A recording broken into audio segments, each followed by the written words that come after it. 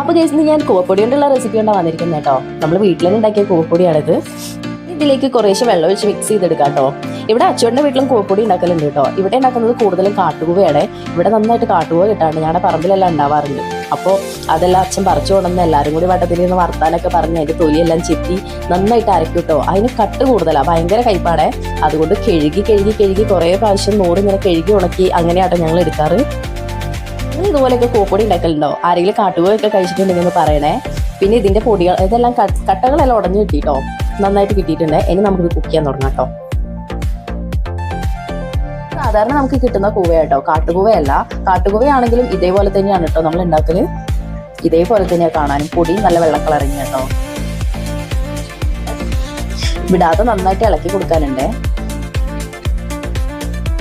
കുറച്ച് ശർക്കര എല്ലാം ഇട്ട് കൊടുക്കുന്നുണ്ട് കേട്ടോ. ഞാൻ ചതച്ചിട്ട് ഇട്ടിരിക്കുന്നു കേട്ടോ. ഇതിലേക്ക് കുറച്ച് ചുക്കും ഏലക്കും കൂടി പൊടിച്ചിട്ട് ഇട്ട് കൊടുക്കുന്നുണ്ട് കേട്ടോ.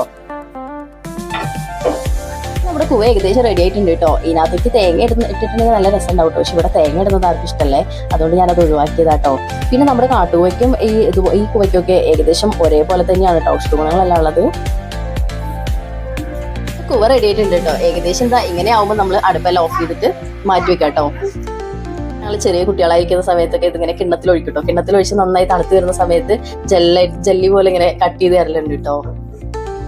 നമ്മുടെ കൂവ പായസം ഇവിടെ റെഡി ആയിട്ടുണ്ട് കേട്ടോ. കാണാനൊരു ഭംഗിക്ക് വേണ്ടി കുറച്ച് മിൽക്ക് മേഡ് കൂടി ഒഴിച്ചു കൊടുത്തിട്ടുണ്ട്.